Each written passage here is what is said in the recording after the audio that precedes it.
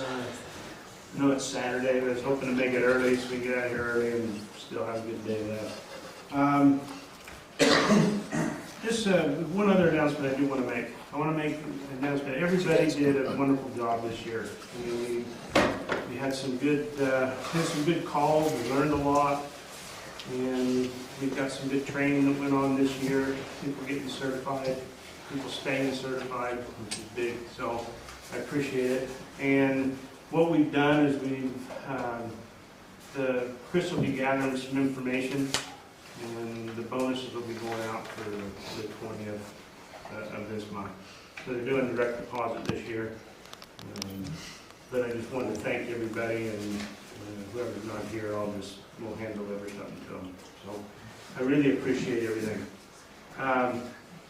Real quick on this, what's Deputy Buttars and I was talking, and he had recommended us doing a safety class on driving. Number one, we're a volunteer department, so we don't get a lot of time behind the wheel. And when we're trying to respond to some of these other cities, we need to know how to act when we're driving out of here and going through other cities. Likewise, know how to drive when we're coming to the station.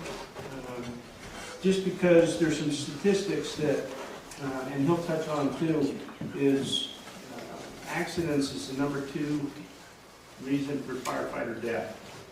And I think police also. So in 2012, it went up 4-fold in the amounts that were done. And I don't know if any of you guys get firefighter close calls, but you see these things coming in all the time. Kids on the way to the station, roll their SUV, don't have their seatbelt on, get ejected, killed. Apparatus. They get out of their car and get into an apparatus. If I drive the same, but Brent will touch on all that. So that's what spurred this, and all I want to do is, 50% of the firefighter deaths are also volunteer. So that puts us right in there. Utah had no firefighter deaths in 2012 anyways, so I'd like to keep that one, I'd like to keep our state off the list. So that's what's really prompted this. And also our insurance company would love to see that we've done a course on emergency driving. So what I'll do is, and then Val has a... at the end, maybe Okay. there'll be a few more roll in and then... Okay. As long as Corbett doesn't leave, because I got a Corbett magic moment that I want to share with everybody. All right, well, with that, appreciate the end. I'll turn it over to Deputy Butters. Well, thanks guys for, like I said, Craig and I have been talking about this for 6 months or so, trying to get this training together, and he's been a huge part of what's going on here as well. And let's pass this one out first. You just want to take one of those and then pass it around. Started. And again, I'm used to teaching cops, so there might be some words come out of my mouth that are not... I'll translate. It might not be appropriate at some point, and if I offend any of you, I apologize in advance. But sometimes those things just come out. But I'm in the city council room. I'll try to keep that in mind as I'm talking. But sometimes I can't find good substitutes for those words, so you'll see me either stutter or ask Laurel for a translation. So. One of the first papers coming around there is just a little quiz, and we'll do that all together to start with, and then at the end, hopefully you can answer all those questions. And I'm not trying to trick anybody, it's just 5 true and false questions, and I'm trying to be straightforward, I'm not trying to trick you on them. So, Doral, read the first one. When responding in an emergency vehicle, you may exceed the posted speed limit. Okay, and we're just going to take this test together, so if you believe that's true, thumbs up. If you believe it's false, thumbs down. Wait, can you read one more time a little louder, Mr. Kennedy? When Chris is is responding to an emergency vehicle, you exceed the posted speed limit. Okay, so when responding in an emergency vehicle, you may exceed the posted speed limit. True, false? I want to see everybody's thumbs. I know you're passing papers, but true, false? False. Good. Unless you're in a It's true. Okay? What? You may exceed. Yes, you may exceed the posted speed limit when you're responding to an emergency call. Yay. Okay, and we'll cover that, so it's true. What do you think? No, not a private vehicle. What do you Doesn't think? say private vehicle. What do you think everything is an emergency? Emergency vehicle. No, emergency vehicle. Oh, I thought you were talking to the fire station. No, that question's coming later Let on. me read that again for you. So, You fly by. number one is true. Okay, number two, let's have Corbett read number two for us. When responding in an emergency vehicle with lights and sirens activated, you have the right of way. False. I've only seen two thumbs so far. True or false? What is it? We can't hear in the back. What are they talking about? Okay, Just read it. number two on the test. True, false?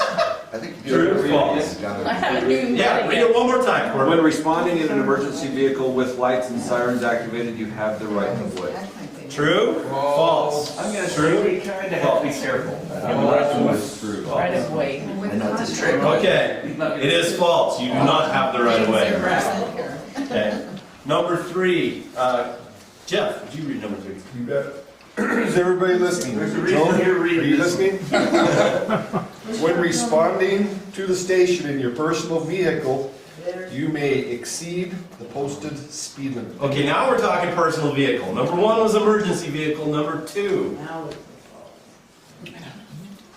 Sometimes you want to hurry. Okay, it's false. Yeah.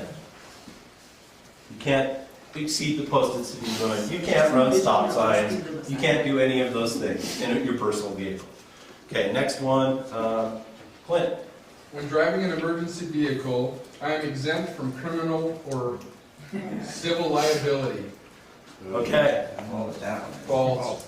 true, false, true, false. False. Okay, I'm seeing a lot of falses. You're all right. Okay, there are good Samaritan laws, but they don't cover you as you're driving a vehicle.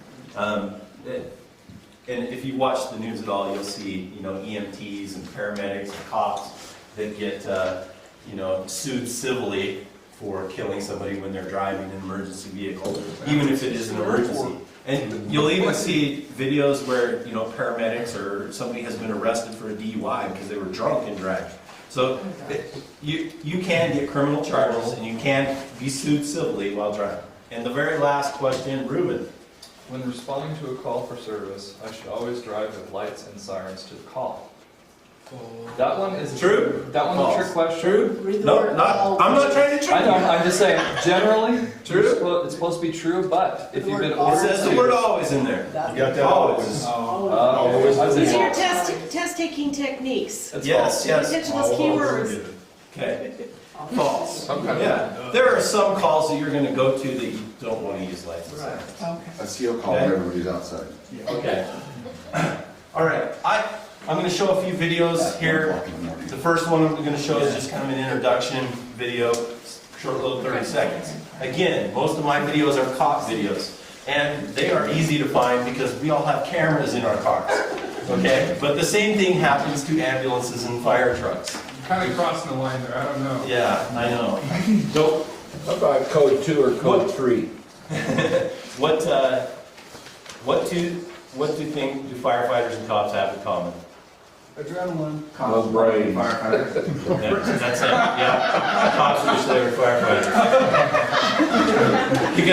because honestly, we'd like to sit around the station and do nothing and wait for a call too.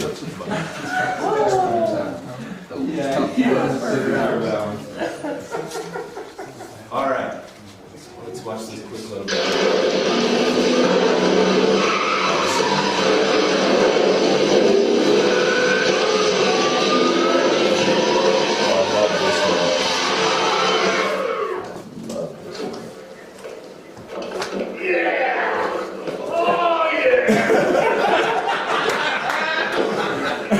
That is one nice ride. came in? Not yet. Oh, they hunt every day.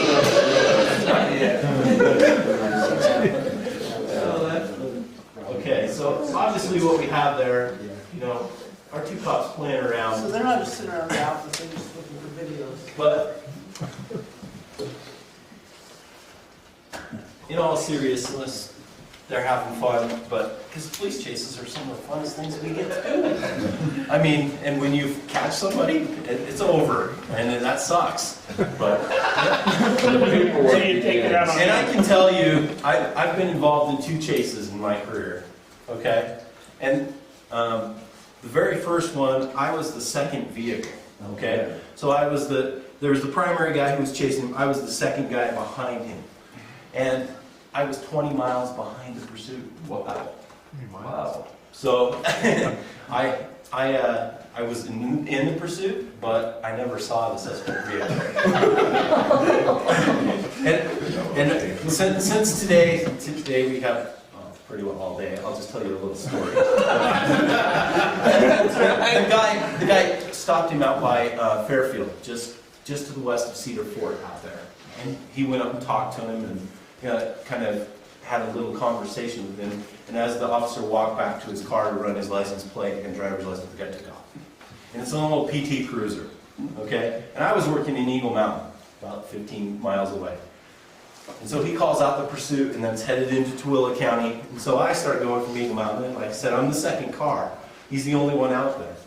They get into Tooele County, and of course we've radioed the Tooele County deputies, and they're kind of waiting for him as he comes, in case he turns and goes towards Stockton and Tooele there.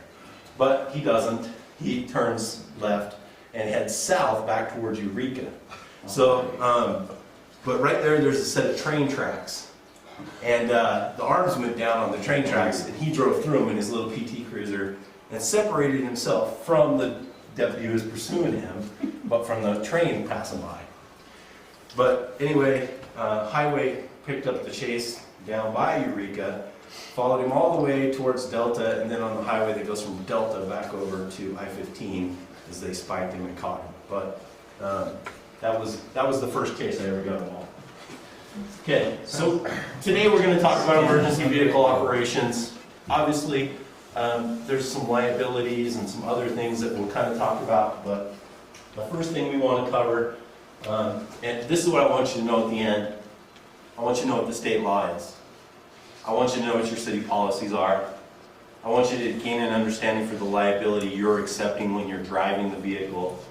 And I want to identify some of the key factors that you should consider every time you get behind the wheel about emergency response. Okay, so state law summary. That's in the handout I gave you. It's 3 pages. You can read through that if you want on your own, but I just have a little summary up here on the PowerPoint. But first one, you may exceed this posted speed limit. Some states say 10 miles an hour above. Utah just says reasonable. So you may exceed the speed limit at a reasonable speed when responding in an emergency vehicle. That was number 1 question on our test. It's true. Okay? But reasonable changes. It's not always the same. Weather conditions, everything impacts that. So, and how does Utah judge reasonable? The way they judge reasonable is if Doral has these qualifications, they take 10 other people with those qualifications, and if 8 out of 10 of them thought it was reasonable, it's reasonable. You know, but if only 1 out of 10 of them thought it was reasonable, it's not reasonable. So they're going to judge you against somebody who has your same training and experience. Okay? So if you're making a good decision based upon your training and your experience, that's how you're going to be judged as reasonable. And there's been plenty of incidents here in Utah that I know of that ambulance drivers have gotten tickets when they get to the ER or stuff like that for driving too fast. And honestly, just evaluate the call, what your patient needs, and all those things. And if you need to go above the speed limit, do it. Just make it reasonable. If you're going 125 on the way to the hospital, that's probably unreasonable. So emergency vehicles do not have the right of way. That was another question on our test, okay? The next one there, when you're operating in an emergency mode, you're requesting traffic to yield the right of way to you, okay? So when you're clearing intersections, or when you have a car in front of you as you're going down the road and you have the lights on, they do not have to pull over for red lights, okay? They have to pull over for my blue lights that are also flashing with my red lights. They do not have to pull over for just red lights. But you are requesting that they are yielding the right of way to you, okay? So, you need to think about it like that, not like, this guy is in my way. What can I do to make him see me? What can I do to make him yield the right of way, you know? So how do we get blue lights? You go through a police academy and all this other stuff. We have them downstairs. Yeah, they're on order. When you are only allowed to proceed through a posted sign or intersection after you have ensured that traffic has yielded the right of way. So when you come to an intersection, you need to make sure that all the other traffic is stopped before you proceed. Okay? Now, can you go through that stop sign without stopping? Yes, you can. But you have to make sure that all the other traffic has stopped and yielded the right of way to you. Okay? So when you come up to a stop sign, you need to slow down, you need to make sure the intersection is clear, then you can go through. You don't need to stop, but you have to make sure that all the other traffic has stopped or yielded the right of way to you. And when you're driving like this, I get people who stop right in the middle of the road that I have to go around. I get people, when you come to big intersections, you're clearing in cities, and you've got left turn lanes and all that kind of stuff. We're talking past people on the left, you know? As you're driving in emergency response, you pass people on the left-hand side. Left-hand turn lane is full of people waiting at the light. Okay? I have two choices there. All right? One of them involves going into the opposite lanes and then through. If the opposite lane's clear, I'm going to do that. Okay? Because they can see me coming head on. They're going to pull over to the right. Yeah. But again, I'm breaking the law there. Okay? And in the little handout of it tells you that when you're responding to emergency, you don't have to obey things like turn lanes. Okay? So if you're in a right-hand turn-only lane or a left-hand turn-only lane, you don't have to execute the right turn or the left turn as it says on the lane. So there are laws that you can break, but you just need to make sure that all the other vehicles are yielding the right way. Okay, the driver has the duty to operate the emergency vehicle reasonably prudent as a light operator. And this is the same thing I was talking about with the training, as a light operator would. Okay? So, if we take 10 other people and we question them who have your same training and abilities, are they going to do it the same way you did? Okay. Private vehicles are not emergency vehicles and must abide by all traffic laws and regulations. Okay, so when you're responding to the station, or Corbett is coming from Spanish Fork up to here to make sure you guys got adequate water during a house fire or something. Okay? Corbett does not have an emergency vehicle. Corbett's responding in a city vehicle, but it's not an emergency vehicle. So it's the same as his private vehicle. He cannot exceed the speed limit, cannot run stop signs, any of that. You have yellow lights. But he's got a yellow light on. Turn it on. Yeah, and a yellow light, that means absolutely nothing in the state law. Those UDOT guys that are out there working on the freeway, they drive around with their yellow lights flashing the whole time. Okay. Hey, by the way, are those you got guys allowed to speed on the freeway? Those UTA or whatever those guys are? The only exception for speeding is emergency vehicles. But they have blue It is and reasonable. red. They have blue and red on their truck. Those guys that are, Oh, the UDOT. yeah, Oh. lives in Elk Ridge. Oh, he's a tango officer. Incident. He's a UHP incident officer. Yeah. So yeah, he the same laws that apply to police apply to him. I think they have sirens on them and stuff. Yeah. He's a nice guy. Just He's one of Okay.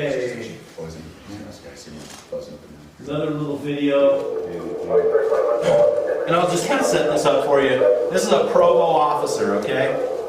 And he's going to park at this stoplight, and then he's going to go through the stoplight when it clears, and then he's going to get a call over the radio. What he's going to do is do a U-turn, and he's going to come, lights and sirens, back through the same intersection that he's sitting at now. And I want you to look at this, and remember, we talked about state law is that you must make sure all the other vehicles in all the lanes are before you proceed through the intersection.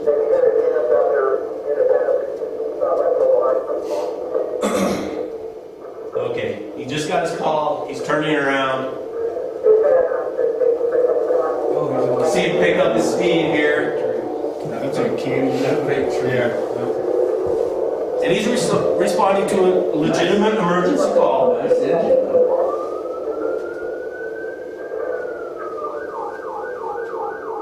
See him stop, clear the lanes.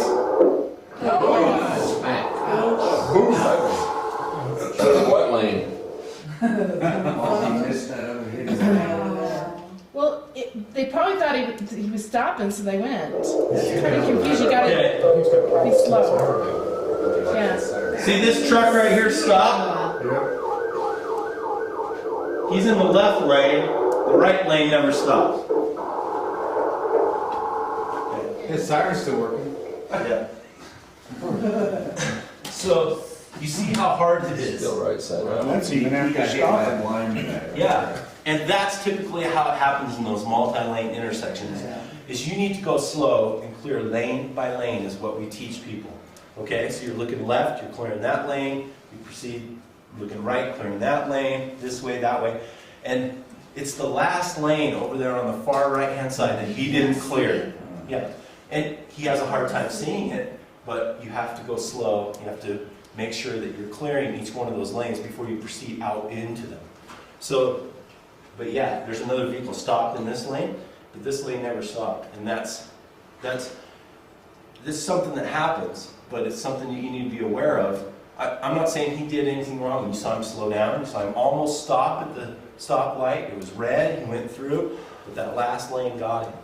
And it's just a part of what we need to do to try to be safe. Is make sure that we're clearing all those lanes. Is that you? I'm sorry, what? Question on that one. Yeah.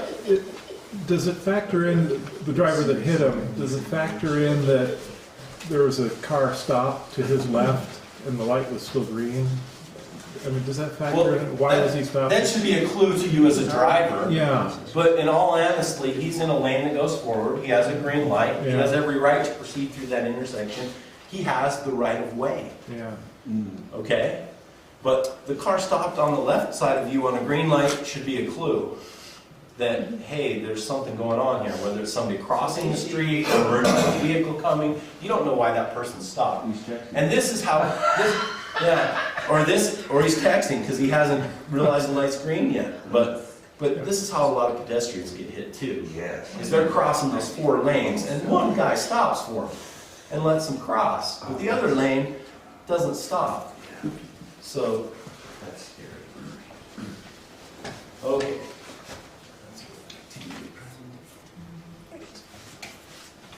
Okay.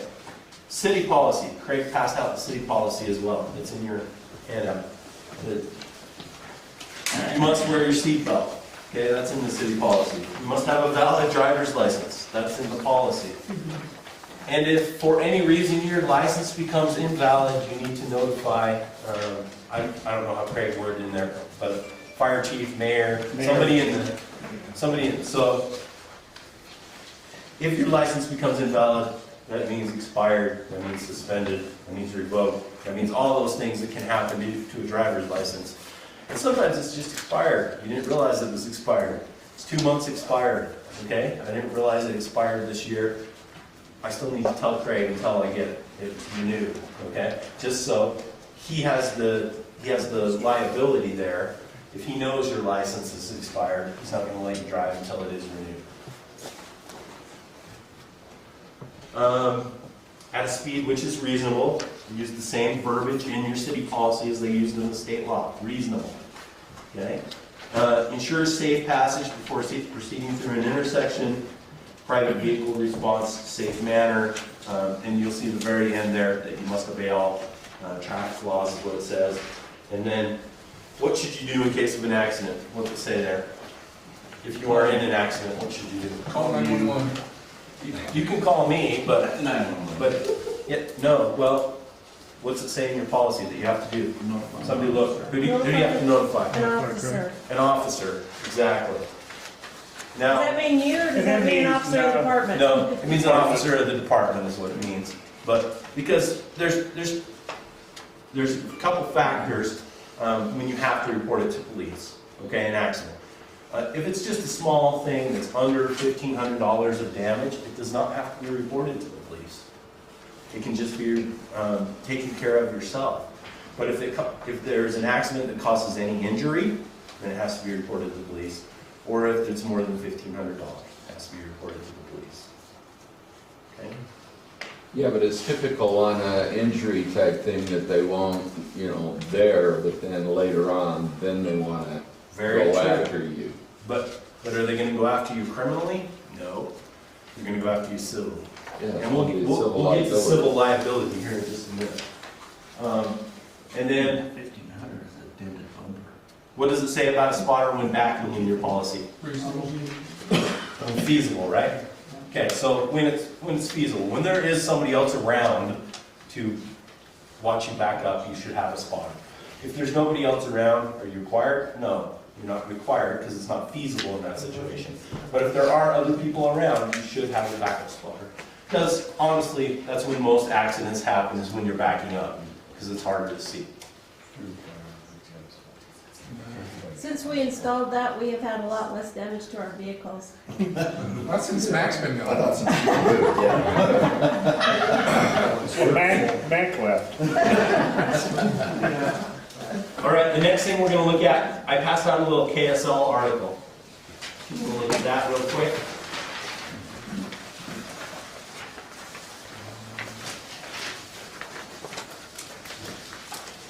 Val, that's your old car. It is. That's the Buick. Some of you guys may remember this story on the news. Okay, this happened in St. George. Isn't the guy like 15 miles away or something crazy about it? We'll go over the story here in a second. Actually, it happened I just want everybody to kind of read through that article real quick, just so you have a basic, and then we'll watch the video. We'll watch the dash cam video of the trooper involved. It actually happened in Leeds, didn't it? It was in the St. George. Main Street in Leeds is where it happened. They were turning into the church.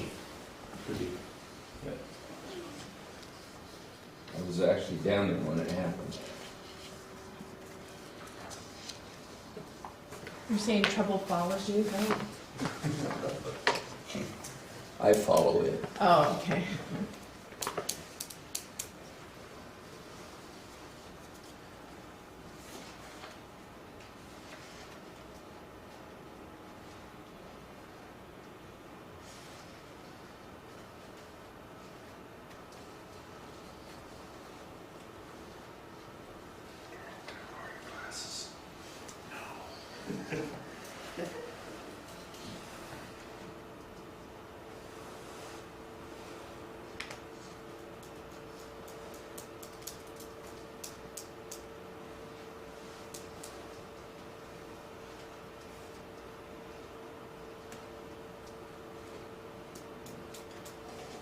Okay, it looks like most everybody's about done with the KSL article. First of all, this gives you a little bit of background. Okay. Second of all, everything the media says isn't true, so there's a little inaccuracy in there, and I'll cover some of that here. But nothing frustrates me more than watching the news, because when I was there and I know what actually happened, and I see the news story, it's like, oh my goodness, man, you guys didn't even report on what that was. You know, you got it so wrong. But here's the actual situation, okay? This guy's eating lunch, all right? He is off duty, but in his vehicle, and he is an accident investigator, okay? So he's one of the guys that comes out there and measures the skid marks and takes photos of the yaw, which is the bend in the skid mark, and measures it and figures out how fast the car was going and all those kind of things, okay? So he's an accident investigator. And typically UHP, when you have a serious accident, will call out one of their accident investigators to come measure the skid marks and do, especially when there's a fatality, they'll do that. Okay, just to figure out if there's any liability for that person who killed somebody. All right, so he is eating lunch. He's off duty but on call. Okay, he gets a call on his cell phone that they need an accident investigator. He stays 5 to 10 minutes at the restaurant and finishes his lunch. Okay, there are other troopers who are already on scene of this accident and have traffic control under control. They have everything taken care of. The people who were injured have been taken to the hospital by ambulances. They just want him to come measure the skid marks and do all that kind of stuff and make sure the speed of the vehicle and all those things. Okay? So what he's responding to is not an emergency. The emergency's already been dealt with by the officers on scene. Okay? They have traffic control taken care of. They have everything taken care of except for the accident investigation. Okay, now they may still have a couple of lanes blocked off until he comes and measures the skid marks, which is fine, but in no way is this an emergency that justifies him using his lights and sirens to go to the call, but he does.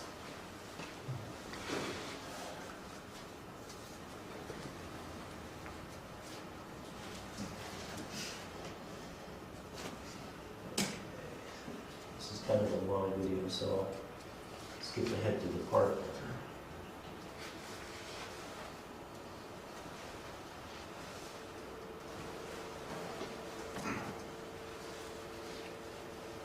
He's really gone.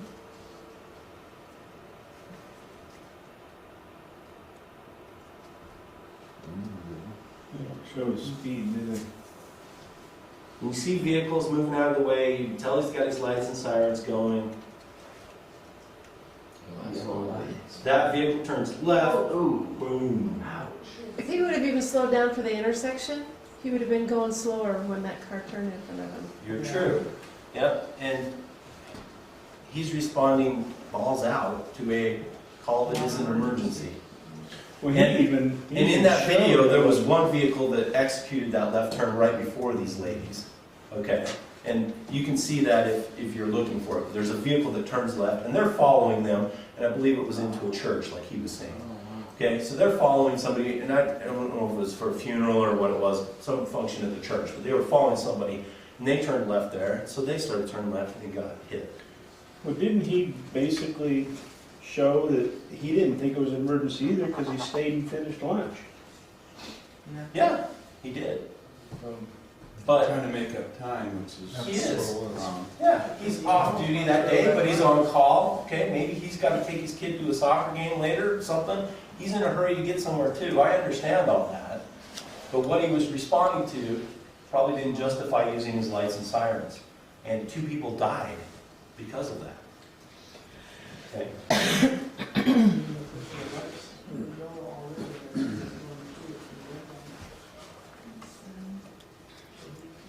Is your department policy that you have to notify dispatch if you're rolling code? No. Some departments, especially in bigger cities, have that. So is that at officer's discretion every time? In my department, yes. Yep, it's left up to the officer. So, That's why I always see lights and sirens, bro. so In our department, we always had to notify dispatch if we rolled code. right, and here in Utah County, most of the cities don't do that, and even the sheriffs, we don't do that at all. But the only time that we really notify dispatch is when we're in pursuit. Okay, but pursuits are something that are the most dangerous thing for cops because we're going fast, we're chasing somebody. It's dangerous for the other public, it's dangerous for the guy getting chased, it's dangerous for us.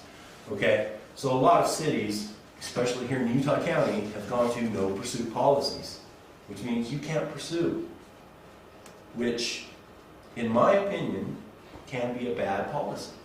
Because what do I do as an officer when you tell me I can't pursue? Don't even try. Bad ice cream. I'm not going to let this guy go. I'm trying to pull him over. He's not stopping for me. What, my department has a policy that I can't pursue, let's say. Sheriff's doesn't. We pursue anybody. We don't care. Okay? Us and Highway Patrol, we'll chase you till the cows come home. All right? But Springville City, some of these cities have no pursuit policies.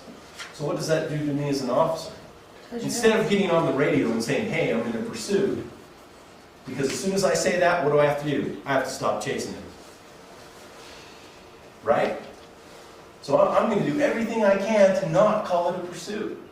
Yeah, this guy hasn't yielded. I don't think he's seen me yet.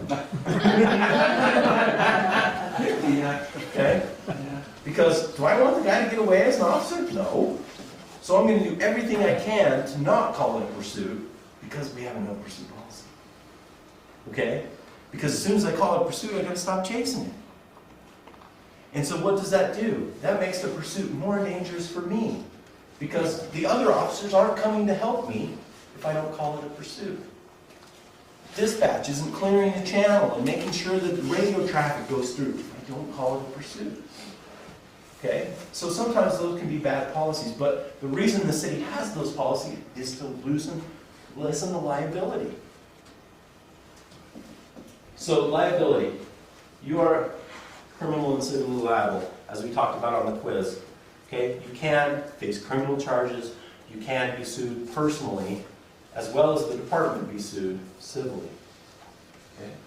If you follow state law and your department policy, your agency may provide you with legal counsel. Okay? So if you followed your state law, you followed the department policy, and you still got into an accident, the city may provide you with legal counsel. Okay? They may pay for your lawyer. And that's how it would work for me at the sheriff's office. Okay? As long as I followed state law, as long as I followed the county's policy, they would pay for my attorney to represent me if I got sued. But if I didn't follow state policy, or I didn't follow state law or county policy, then I'm on my own. I have to pay for my own. Okay?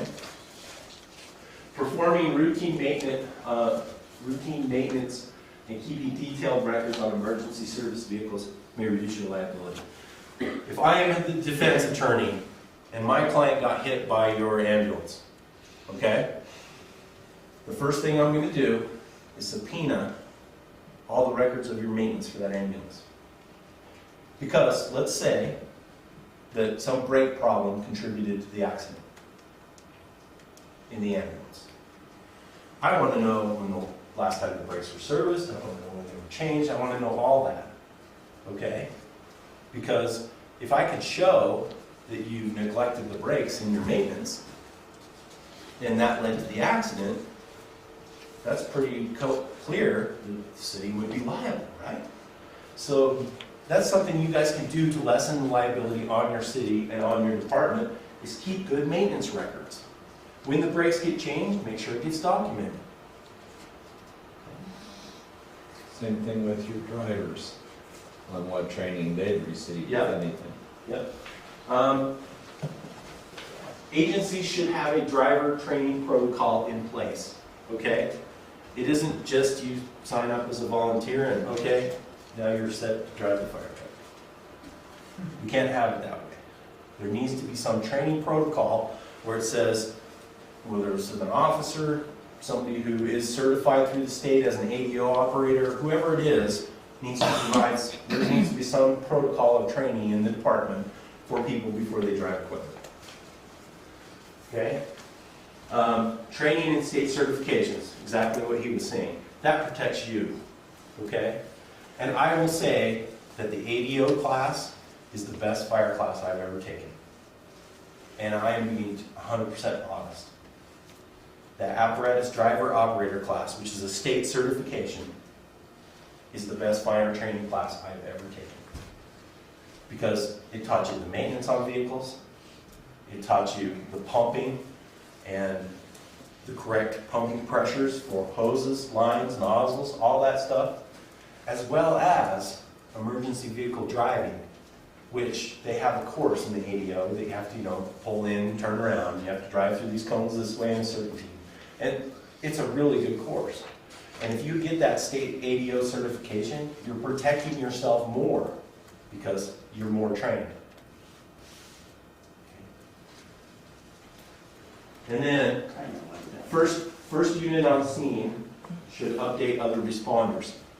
This is something I want you guys to think about for a minute, okay? You get a call of a smoke investigation up here on the mountain. You come down and respond, go up there in your engine, and you realize it's Don Meekham's Traco putting up diesel smoke, okay? Now, in your stacking orders, you also had Spanish Fork and Salem paged, right? So when you get up there on scene and you realize that it's Don Meekham's Traco, what's your responsibility as far as those other people that are responding? To inform them and cancel them if necessary. Or if you still want them to come, tell them to cut back, no lights and sirens. Yeah. That actually happened on our last call. We got a call for a smoke investigation up here last week. And I called back, I put everybody at 1040. Well, Chief Jarvis is coming down Woodland Hills Drive, and he's already cut back, no lights, no siren, just cruising out. Well, here comes Salem, turning onto Woodland Hills Drive, lights, siren. They never went back to 1040 until he called them and told them to. But if something would have happened and Salem would have hit somebody, I had already called to scale back. You've already lessened your liability by telling everybody on the radio, which is recorded at dispatch, cut back to 1040 other responding units. So Okay? they didn't hear you? No. So if they didn't hear you, that's on them, because they shouldn't have been listening to the radio. Yeah. I am not, cut back to 1040, what does that mean? It means a silent run is So- what it means. so- I actually stated, cut back, no lights, no siren. So I would just suggest that if you are use plain language, because if someone hears 1040, that Exactly. doesn't necessarily mean anything And to them. it was So, plain good. language. I agree, because not everybody knows the 10 code.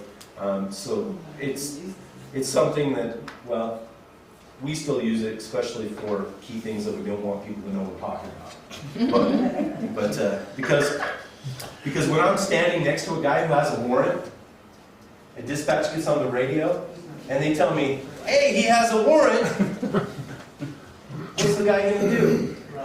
He's going to run or fight, right? Because he just heard that he had a warrant. So I don't want him to know that, but I still want to communicate with dispatch. So in that instance, I'm going to use 10 code. Because the dispatcher knows it, and I know it, and he doesn't. Okay? So there are instances where we still use 10 code. We haven't gone totally plain speak. But in this situation, exactly, you should use plain speak, because then there's more opportunity for them to hear it, because it's a longer transmission, and they know exactly what you're talking about. So what's that 10 code for warrant, so if you and I are talking on it? Yeah. Well, Jeff, So you don't need to have know. any warrants. But Yeah, he checked you before he came up. I was just asking for moral. I didn't know that. So, other factors to consider, okay?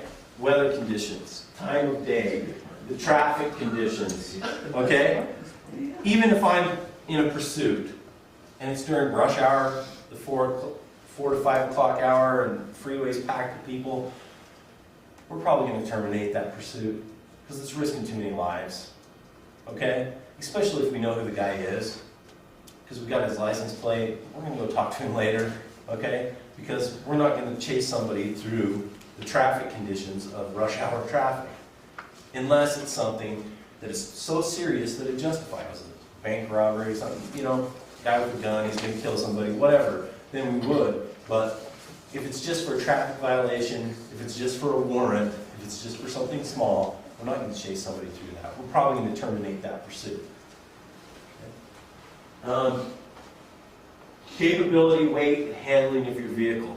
This is something I want you guys to think about, because you're driving up here to the station in your SUV, and then you jump into this big fire truck, it's not going to handle like your SUV. Okay? It's not going to stop on a dime. It's not going to, and we have a tender out in Goshen that is 4,000 gallons of water. Do you know how much distance it takes to stop when you're hauling 4,000 gallons of water? Okay? I've been responding in that tender. I probably won't go faster than 55 in that tender anywhere we go, just because I can't stop. You know? And every time I do stop, the water comes up over the cab, and you know, whenever you stop too fast. How long does it take you to stop? It depends on how fast you're going, and you know. If you're going 55, how long would it take? Well, I don't know the exact distance, but it's longer than it would take if it were empty. It's longer than it would take in any of my personal vehicles. Okay? But that's something you need to think about, because we get the adrenaline of the call, all right? And So we you jump haven't- behind the wheel and we You start haven't done driving. that test yet? No, I don't want to do that test. Yeah, we have some sharp turns out there, and it'd be pretty easy to Tip. tip it over. That's amazing. So just think about that. Okay, I know the adrenaline of the call is going and everything, but realize that the vehicle you're jumping in has more weight, doesn't handle the same. Okay? So In all reality, if you go slower, it's only going to take you another 15 to 30 seconds to get there. It's not that. Go slow to go fast, right? It really does not take that much longer to get there. And in my SUV, I can drive pretty fast, you know, and get there. But if I was in a big fire truck, I'd probably be driving a little slower, because it takes me more time to stop. I have a bigger vehicle, which affects the profile, okay? And after I moved up here, and I've made plenty of mistakes, okay, driving code. It's something that happens. But right here on Loafer Canyon Drive, where that four-way stop sign is, there's a pretty good dip right there. Okay? And if you go through that code too fast, you're gonna lose your vehicle. Okay? A few sparks. What's that? A few sparks when you go through there. Well, there might be some sparks too. Okay? But that's another thing we can do to lessen our liability, is realize the type of features we have around us. Okay, you guys don't have a big intersection to clear, but if Spanish Fork calls you to go help them, you're going to have to clear a big intersection, maybe in their city. Okay? Because Center and Main in Spanish Fork is about the same as what we saw that provo officer try to go through there, where he got hit on that second lane.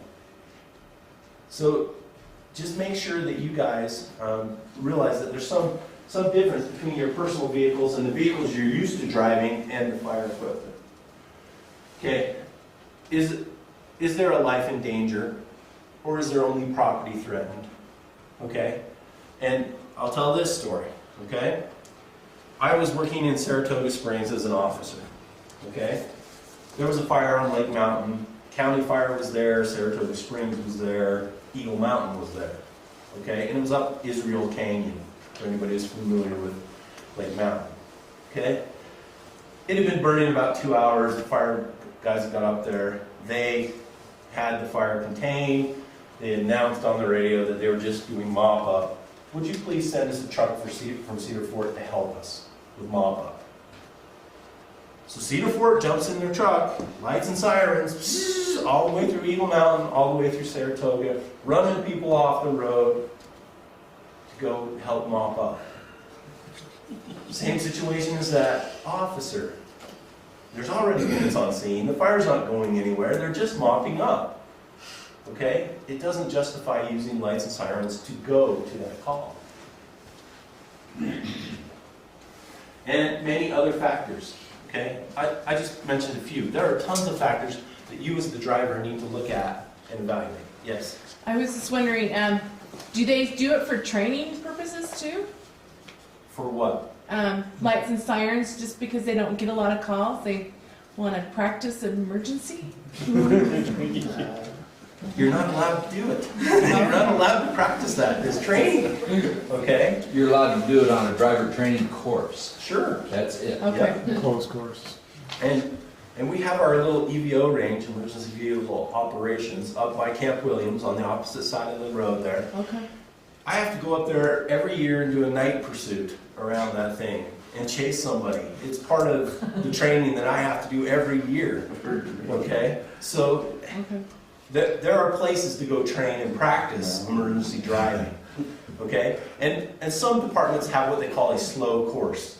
Okay? So they'll set up cones or whatever in a church parking lot or whatever, and then drive through it slowly with the apparatus. But you're simulating driving in an emergency. Okay? So there'll be an intersection to clear. There'll be those kind of things. So, but you do it slowly. Okay? You don't do it fast. You just do it slowly. And then once you've done it slowly a few times, when you have to do it fast, it comes a little better. All right. Okay, your department is trusting you as the driver to evaluate each call for service, follow the established laws and policies, and make sound decisions when operating an emergency vehicle. This is what it comes down to. Okay? Your department is trusting you because when I sue whoever for driving, Doral, okay? And Doral's a rich dude. But Doral's pockets aren't quite as deep as the city coffers, right? So I'm going to name Doral in my lawsuit, and I'm going to name the city. Okay? So I'm going to go after where the money is, because as a defense attorney, I need to get paid. Okay? And if Doral doesn't have enough money to pay me, I'm going to name a city in the lawsuit as well, because they're going to going have after money. Corbett too. And the same thing with Corbett. Okay? X4, here we come. Am I going to sue Corbett? Probably he'll be named in the lawsuit, but where do I want to find the deep coffers? The cities, right? The government, the institution there, the county. Okay? That's who I'm going to name. If somebody sues me, and I've been sued. Okay? It's part of the job. I get civil lawsuits sometimes. Okay? But as long as I'm following department, state law, county policy, they're going to provide me an attorney. Okay? But if I mess up there, then they're not going to provide me an attorney. So, and then they're going to distance themselves from me in that lawsuit. Even though they're named, they're probably not going to be liable. Or if they are found liable, it's going to be much less degree because I didn't follow their policy. And that's what this training is all about, is lessening the liability, realizing what the state law and the city policies are, so you can follow the state law, follow the city policies, and protect yourself as a driver, as well as protect the institution that you work for within the city.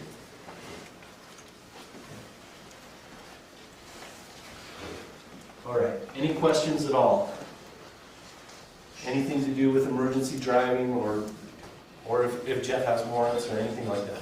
Okay, let's just cover again, you know, at one time we were told that if you do respond and do turn the lights, you gotta run sirens. But then common sense would say, well, you know, if it's middle of the night, then maybe just lights. So what's the law? And then maybe talk about what's common sense or practical. Okay, the law is, there's 3 codes, okay? Code 1, Code 2, Code 3, okay? And Code 3 is lights and sirens both, okay? Code 2 is just lights, all right? So, and then Code 1 is nothing. I'm responding just as a normal driver, okay? Okay. I hear code 4, or maybe that's just Code 4 is just an okay check. You're clear. okay. So, Everything's okay. So, there's times when I'm going to respond code 2, okay, because the call justifies it, all right? When I don't want the bad guy to know I'm coming, all right? I'm going to turn on my lights so traffic hopefully yields and I can get through. But I'm not going to activate my siren because he's going to hear the cop car coming, right?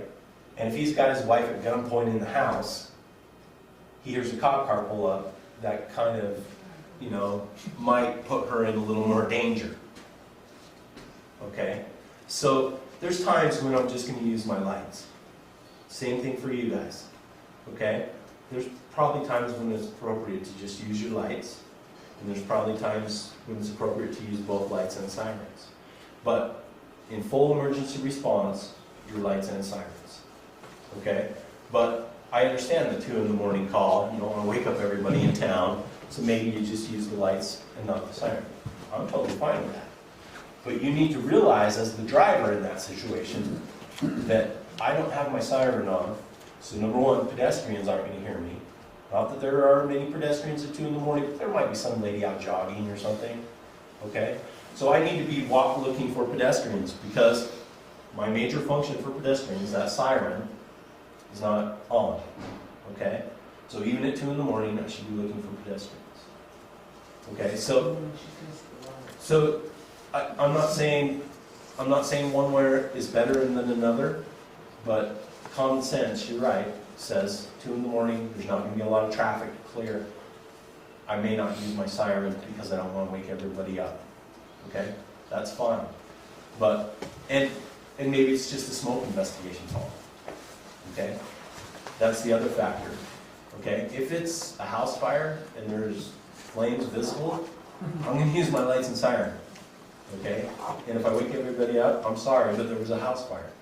Okay, and because there's going to be other people responding, right?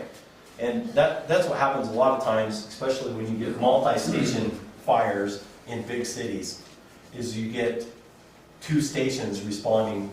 They're both going code, and you guys have probably all seen the YouTube video where those 2 fire trucks are responding to the same fire from different stations, and bam, just plow into each other right in the intersection. So there's going to be time, and it comes down to what we were talking about. The department's trusting you to make that decision. Okay? You as the driver get to make that decision, but if I'm the driver, I need to realize that my siren isn't going, so pedestrians and other things like that are what I need to be looking out for. Yeah. Well, one thing you gotta watch out too is a pursuit is a parade. And that. So you wanna make sure you're not behind, or us as volunteers don't try and run behind the fire truck as it's rolling to a call thinking, well, he's gonna break traffic for me. And we've already discussed, in your car, you're liable, you know, for everything, and you're supposed to obey the laws, but it's always that second car usually that gets hit, because they watch the car go through the intersection or the fire apparatus, and then they pull right out in front of the second one. So you should never have 2 pursuit vehicles or 2 responding vehicles daisy chaining right behind each other. Sure. Because that's where the accident occurs with that second one, because everybody watches the other one go through, pulls out in the green light, and gotcha.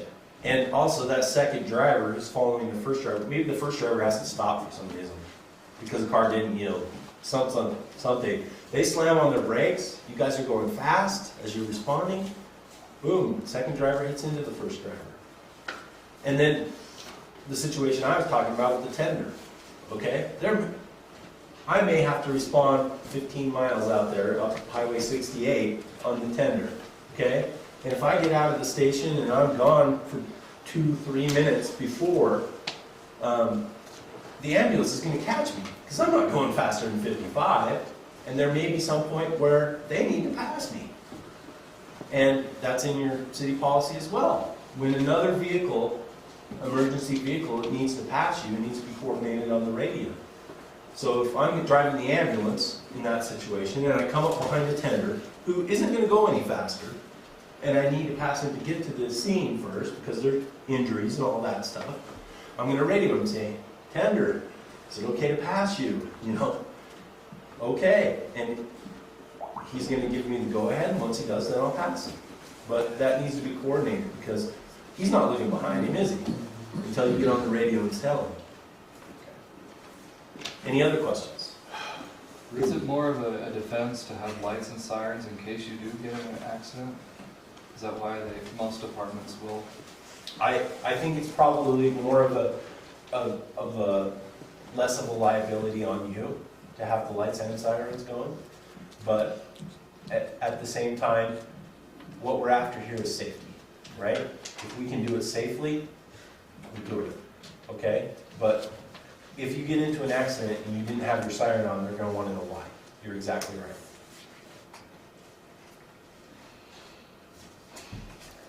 Any other questions?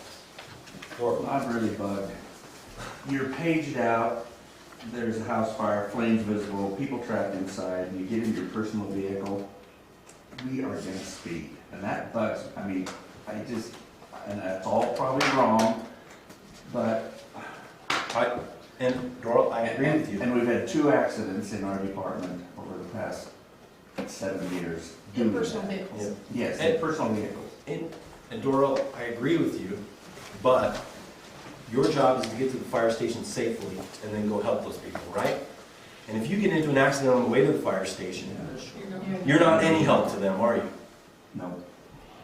It's distracting too. So if it takes me 30 seconds to get to the station longer, because I had to stop at the stop sign, or I had to drive the speed limit, okay, that 30 seconds guarantees that I get there safely. When if I would have got into an accident, boom, you're 10 minutes now, because you guys have to wait for Salem now. Should we as a policy use flashers in personal vehicles? What even? Why, I guess my question Again- in terms of that is why you're getting these flashers because you're not speeding at the station. Well, I have before and it did absolutely no good. Right. People don't pull over, you still have to go behind them.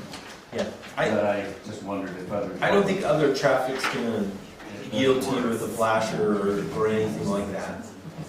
You know, but, you know, that's a personal choice. If you want to use flashers, it does make you more visible, but you're still gonna have to drive the speed limit. You're still gonna have to obey the laws because you're not an emergency vehicle. What classifies an emergency vehicle? If I get one of the light, just put it on top, is that good? It's all in that 3 pages that I gave you. You have to have a siren, you have to have a light that's visible from the front, and all that other stuff. So it's all in those 3 pages. There you go, Doral. We had a lot of members of the department ask to put on lights on their personal vehicles. Boy, departments in the county, you never do that I can. Nope. Because it's too much liability. So, any other questions? Okay. I thank you guys for coming and listening, and hopefully it was at least half entertaining. Thank you.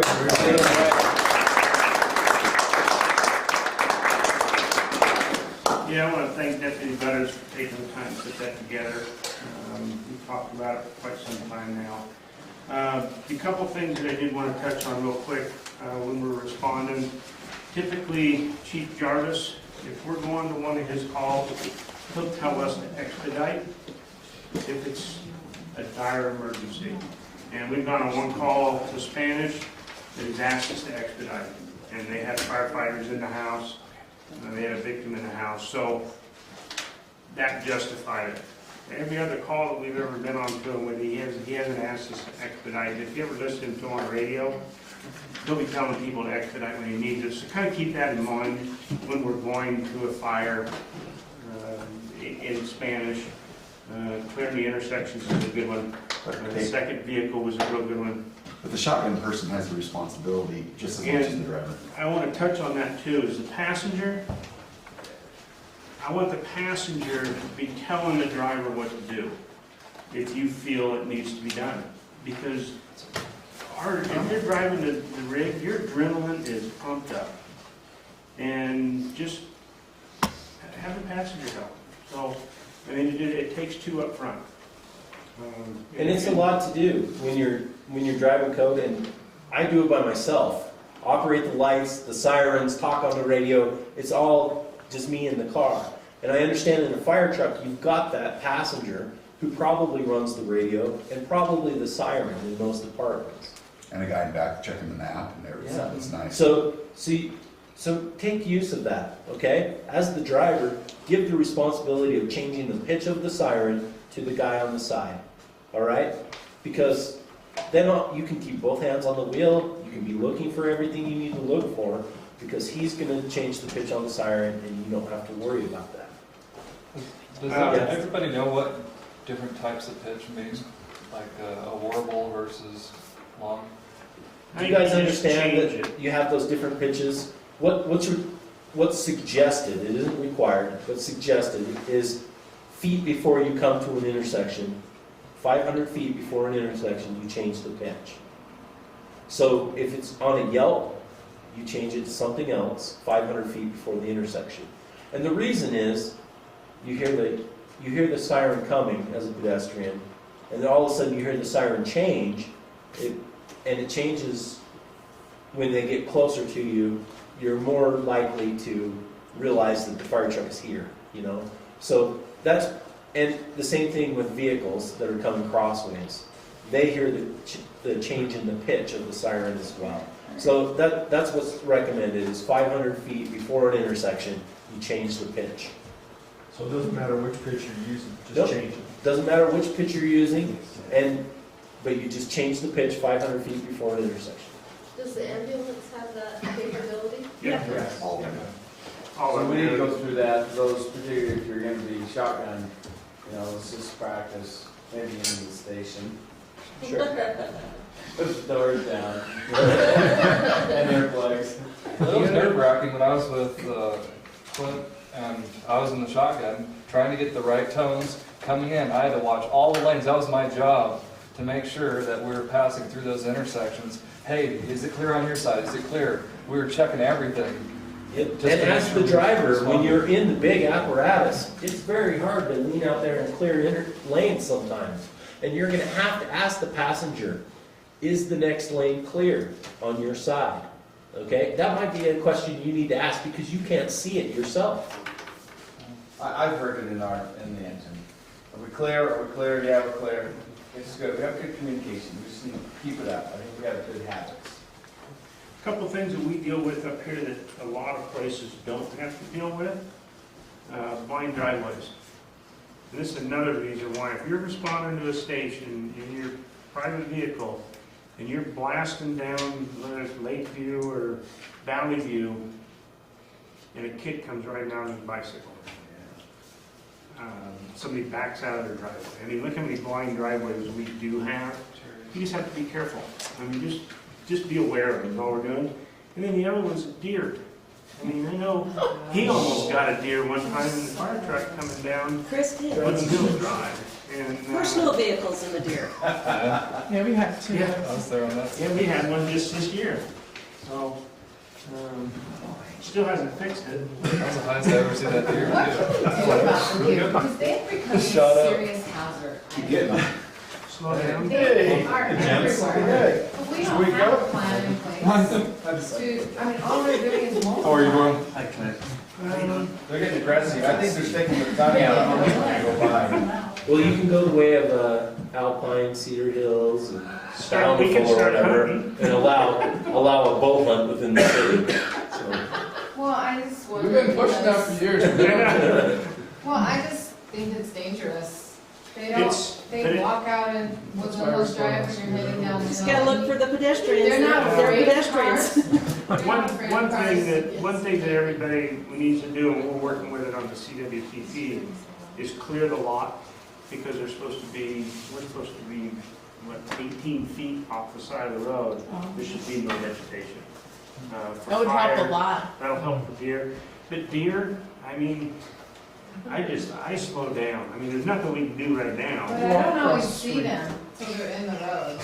I know. You know, they don't hold up the yellow flag and go, But hello. you can't, it's easy here to outdrive your lights. If you see one, assume there's more. 35 miles an hour at night, It's unless you hard. have good lights, you'll outdrive your lights. I mean, it's, Yeah, you can't see them till you're on them. but we don't get too many. I mean, I know we've got a little one that's got a compound fracture on one of its back legs. It's made it about 3 months now, but somebody ran over it. They're a nuisance. What's the policy on that? I mean, if you see something like that, can we just smile and bury it by ourselves? And not It has to be dead first. No. you have to notify DWR, and they'll send an officer, or they may even send me, to come out and put it Will down. you let us shoot? Yeah, we had to do that, broke a leg on a deer. He had to come out and shoot it. Yeah, we were a little nervous when the officer pulled us gun out. We were attending to the victim, the live victim. Why are you pulling your gun? Why did I hear a shot? And then the other thing, the only thing I need to do is if you guys feel like anyone needs to sign them, we'll put them in our file. It just shows that we did the training. Does that mean we agree?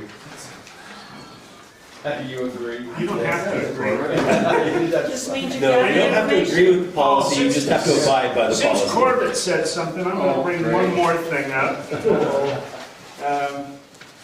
You're all here because of me? Okay, we're all here because of Corbett. You can't pass a fire truck with a yellow light. I didn't even have it on. Ever. Or no Because light. half of Spanish Fork are law enforcement, now they're threatening to give us tickets if they have it one more time. And don't outrun the fire trucks if they're coming. So, Okay. and that's all I got, but I really appreciate everybody coming and Deputy Buttars, and everybody listening to this call. So I got one thing, I've got one thing I want to, is that okay, Greg? Yeah, Okay. go. So now we kind of, trash talk Corbett, I'm gonna put him on a pedestal for a minute. So as the city works director, Corbett has saved the city a grundle of money. Wouldn't believe it. And if you ever get a chance to hear a Corbett story, just pay attention, because it's really cool. He's done a great thing. So what he's done for the department, besides knowing the whole water system for us, Recently. is we're trying to get our VHF radios and 800 radios to repeat on each other. And I needed a weather box to put this electronic equipment in, and that was like $700-800 for just a small weather box. So I talked to Corbett, and I got some materials, and yesterday he calls me and he says, "Hey, have I got your shed done?" I go, "Holy cow." So downstairs is a station on the city side. If you want to walk past that big, he just put together a whole new outhouse. It's a big outhouse. We want to put barn wood on the outside with the moon. Anyway, on the door. But we're going to put it up at our water tanks. And that's what's going to house our equipment, so we can put in this radio stuff. And so Corbett, thank you. That's totally awesome. Now, yeah, thanks. We do need, if we had bolts, I would ask your help to help us tip it down so we could finish it and get it up there, but we need some bolts. So what I'm asking is, I may call up a few of you in the next few days, maybe next week sometime when we get it. Anyway, ask for some help, because we got to tip it down, finish the bottom, and then need some manpower to put it in place up there. So, anyway, thank you. Yeah, and does everybody know what your radio is doing? What, the radios? What it's for? Yeah, so just, we have VHF radios, and it's a lot of you have those, and then we have the 800 megahertz, which are the bigger radios. And the city channels you can't talk on our city channel. They are patched for the emergency channels, but our city channels aren't. So when we train, we can't talk on the same frequency, those same radios. So we're putting a patch piece of equipment together, and there's quite a bit to it. But we're going to patch those two channels together so that all the VHF and all the 800s, we can talk on a city channel whenever we want. Nobody else is going to have, I mean, I guess they can scan for it, but it's our channel to use. And I mean, the city, Corbett can even use those for more city employees, but it's a city channel we get to use. It's going to be huge in case we have an earthquake, and because then we use all the radios we have. And we have a real prime situation. If the 800 system melts down, I know they got backup, but when the big one hits, it could just take them out, and as long as we have, I mean, unless our tank shakes down too, or melts down, we'll have a good communication for those short few hours when the event takes place. And that's the critical time. After things get sorted out, we don't need the radio so much. It's just that initial first response that we have to coordinate all the resources. So, thanks. So if you guys will turn in the operations policy manual, there's a couple of pens floating around. Just turn this one in to Craig at the very front. And then make sure you check in with Chris too, as far as everything else. Oh, it's just. Yeah. Sorry. Okay. Let me sign Chris's Grosses me out. Hey, Wendy, bring the deer thing up to the mayor. He's being the one. Well, they're just a nuisance, and I think they're a hazard, and I don't see them I think we live where they live. We just I need know, more. but there's no controls in place. You know, Well, there's controls, we just can't use them. Well, My freezer's they all used to empty be allowed to too. hunt up here. What we've just realized from, what's his name? He lives on Lake Anyway, pick him up every trip. What's his name? Rick Griffiths. He knows a lot about the deer in our city and has studied a lot. What he's told me this year is, hey, our vegetation in there. Oh, you want me to do that now? Actually helping the vegetation. So, Well, I don't like how, and they're healthier this year.